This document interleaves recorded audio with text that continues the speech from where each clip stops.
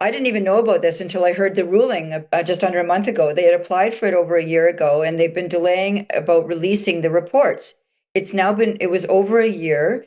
And then the federal government decided to just seal the records and say nobody can have any of Yeah. them.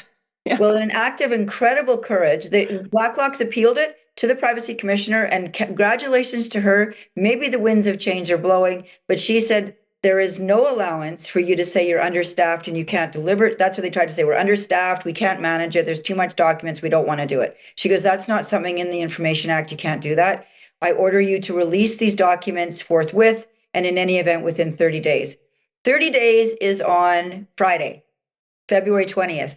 This was a huge victory. Francis Widdowson's talked about it. It is, and mainstream media didn't report this. It was all done. We heard about it because I hear from people who are saying this is an incredible victory. This is a brave privacy commissioner, but I think she's realized this has got to stop. And she says we have to have accountability. So these documents are coming out the day after tomorrow. February 20th is the deadline. Suddenly, there are these reports from Chief Casimir where they're now changing their story about whether they're going to excavate, whether it's sacred ground, whether they know if there are any bodies. They've narrowed their focus. They have to go to 38 different bands now to get permission to see where the bones should go if they dig them. It's incredible what they're saying now, and but their pressure is on now because they have to reveal what's been done, and they've got all these explanations of that they've been having discussions and consultations and da da da da, and that they're now saying, well, there may not be, sort of hinting, well, we don't know if there are remains, but you know, they're still holding to it in a way, but it's a very big shift in the tone and words being used about this.